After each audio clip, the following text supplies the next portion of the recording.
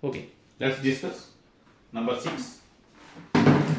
In a cross between black furred rabbit and a white furred rabbit, all offsprings were found to have black fur, but the genetic makeup parents. Okay, एक cross किया गया black food rabbits जिसका trait capital B था, जो कि dominant character है, against white food decisive character है because it is denoted as small b. All offspring were found to have black food. जो भी offspring आया वो सभी क्या थे? ब्लैक फूड थे, मतलब डोमिनेंट कैरेक्टर थे. ओके, तो what is genetic makeup of parents? Parents का जेनेटिक मेकअप क्या होगा? इनमें से ये 4 ऑप्शन है, जेनेटिक मेकअप क्या होगा? ओके, सो यहाँ क्या सोचना है, कौन सा जेनेटिक मेकअप पेरेंट्स का लेंगे ताकि हर ऑफस्प्रिंग में ये आना जरूरी है. ये ऑप्शन, ये ब्लैक फूड रैबिट का कैपिटल बी ऑप्शन आना जरूरी है. ये अगर इसका प्रेजेंस होगा तब जाके ये ब्लैक फूड रैबिट बनेंगे.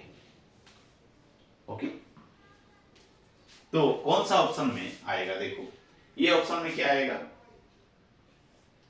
यहां से जो आएगा बी आएगा, यहां से जो आएगा बी आएगा. हर ऑप्शन में बी आएगा, मतलब बी प्रेजेंट होगा. ये क्यों नहीं आएगा? देखो, ये यहां से बी आ सकता है, बी आ सकता है, यहां से बी आ सकता है, बी आ सकता है. अगर ये यहां से ये और ये कॉम्बिनेशन आ गया तो ये देखो व्हाइट फूड आ जाएगा. ओके, ब्लैक फूड रैबिट के लिए एक डोमिनेंट पार्ट जरूरी है, डोमिनेंट फैक्टर जरूरी है. ठीक है, और व्हाइट के लिए ये कॉम्बिनेशन आने के बाद ही व्हाइट आएगा. तो ये इसमें आएगा, आ रहा है देखो, लेकिन इसमें कोई नहीं आ रहा है. देखो, हर पॉसिबिलिटी में एक जो भी ऑफस्प्रिंग में जाएगा, इसमें से एक जाएगा, मतलब हमेशा ये ब्लैक ही रहेगा. इसमें देखो, इसमें क्यों नहीं होगा? यहाँ देखो, यहाँ बी आ सकता है, यहाँ भी बी आ सकता है, बी भी आ सकता है. यहाँ नहीं आ सकता क्योंकि जो भी जाएगा ऑफस्प्रिंग में, इसमें से एक जाएगा. तो इसमें से एक गया, मतलब दोनों कैपिटल बी है, मतलब ऑफस्प्रिंग में कैपिटल बी ही आएगा. इसमें से देखो, इसमें तो हर एक ब्लैक फूड होगा क्योंकि हर एक स्मॉल बी होगा. आया बात समझ? तो ये होगा ऑप्शन, यही है answer. Okay, now come to the 7th number. The products formed after breakdown of glucose in our muscle cells when there is lack of oxygen. Okay, 4 option है. Ethanol plus enzyme, lactic acid plus enzyme, lactic acid plus carbon dioxide plus enzyme, carbon dioxide plus water plus enzyme. Okay, so इसका मतलब क्या है? जब oxygen की कमी होगा तो मसल सेल्स में जो ग्लूकोज का ब्रेकडाउन होगा उसका प्रोडक्ट क्या होगा? प्रोडक्ट 4 ऑप्शन में है. ठीक है, ये तो फर्मेंटेशन है, लैक्टिक एसिड फर्मेंटेशन और एनारोबिक रेस्पिरेशन है. तो ये चांस नहीं है बनने का, ये तो एनारोबिक रेस्पिरेशन में होता है. ठीक है, ये देखो मसल सेल में क्या जनरल प्रोडक्ट आता है? ये इथेनॉल देखो अल्कोहल है, ये अल्कोहलिक फर्मेंटेशन है, ये कैंसिल हो गया. ठीक है, सोचने वाला बात है.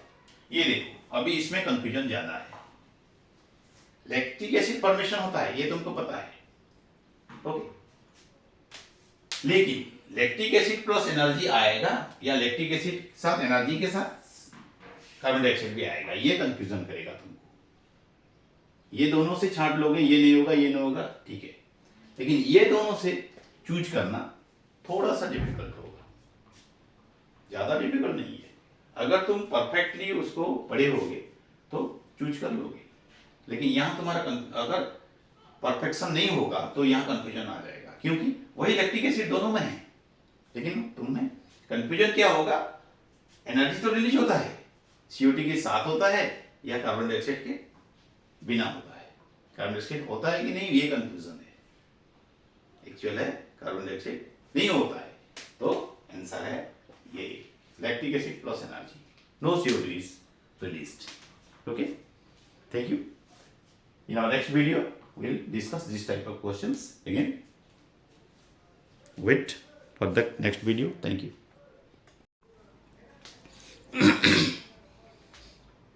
Welcome to your video revision class once again, students.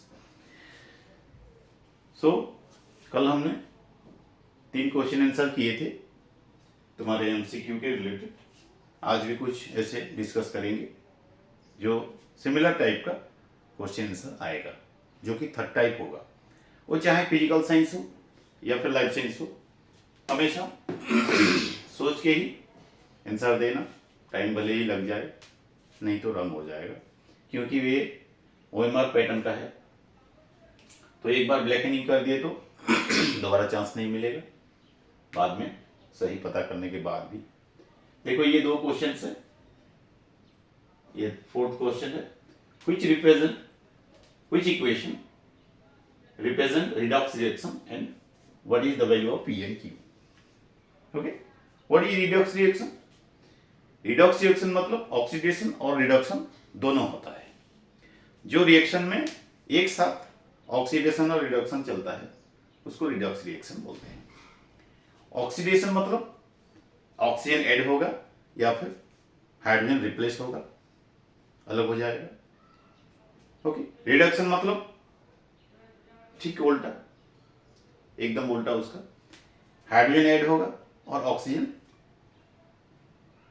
अलग हो जाएगा. ओके, सब स्टार्ट हो जाएगा.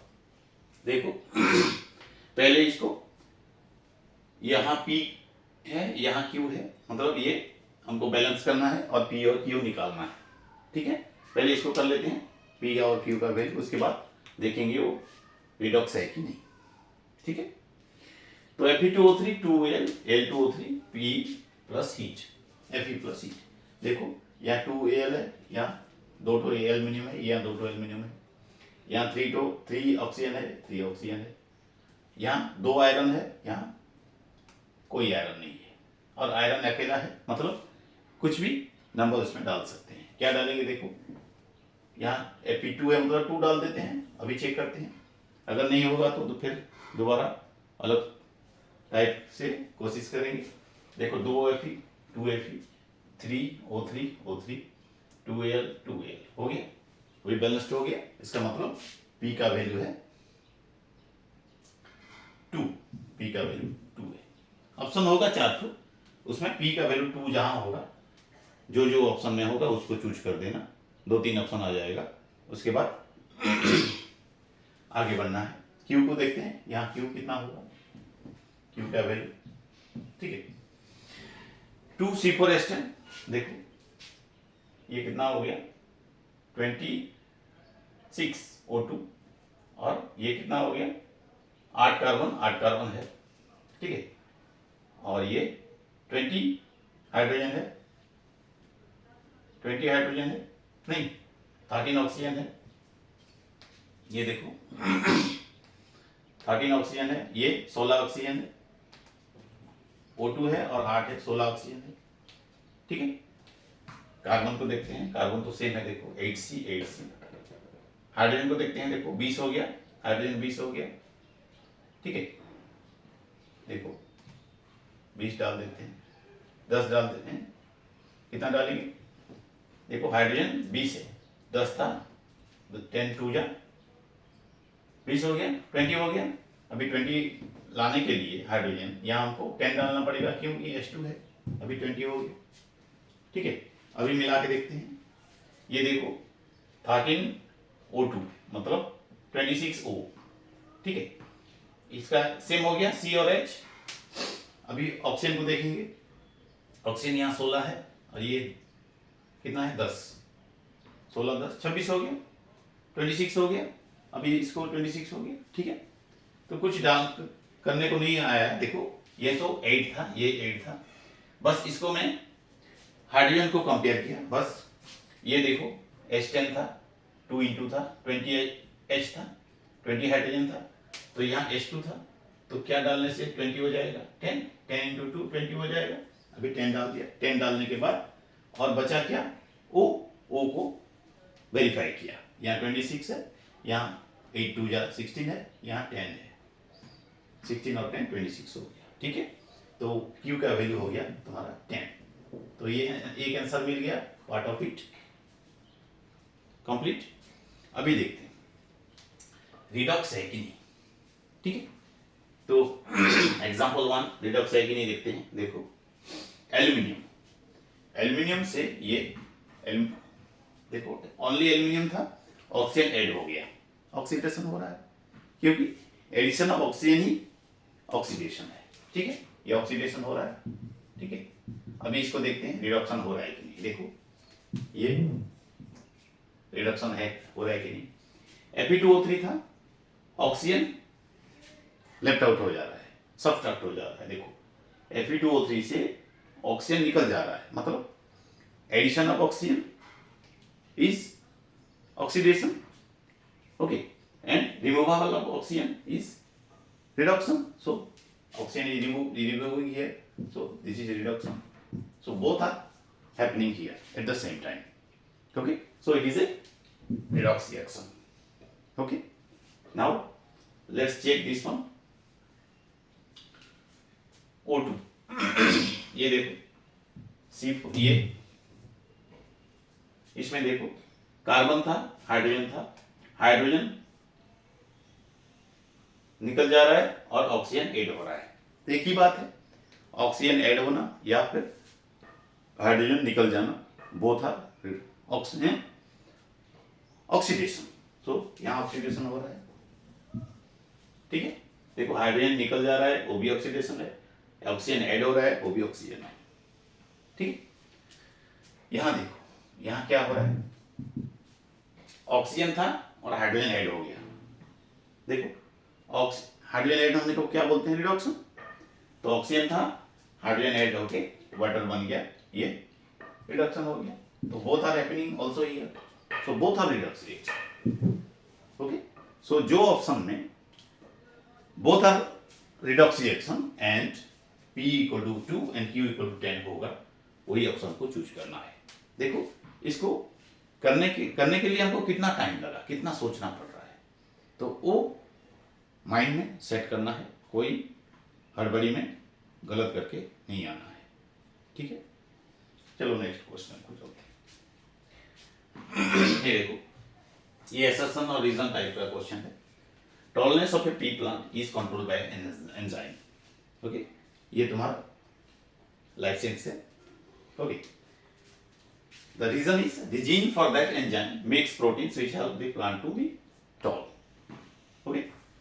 टॉलनेस पी प्लांट का टॉलनेस एक एंजाइम के थ्रू कंट्रोल होता है, और जो जीन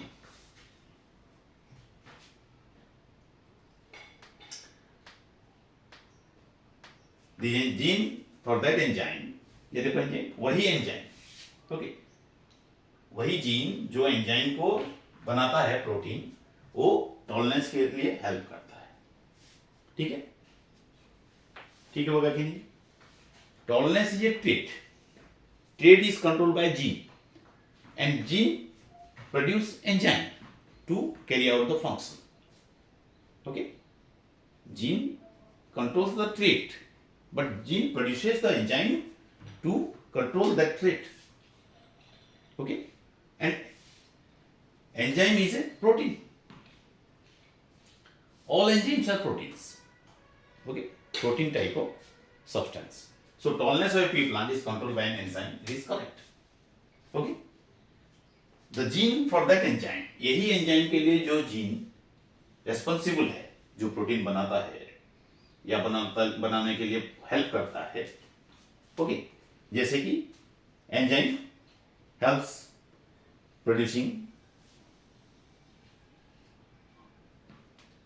प्रोटीन्स और enzymes like growth enzymes, growth hormones like auxin. So enzyme helps producing growth hormone like auxins, which is responsible for this tallness. And this auxin hormone is a protein. So the second will be also correct, because the enzyme responsible to make the proteins, which in an enzyme it is responsible for the tolerance. So both A assertion and reason are true. Okay. Okay. In our next part, we'll discuss another number. Let's proceed to the number 6.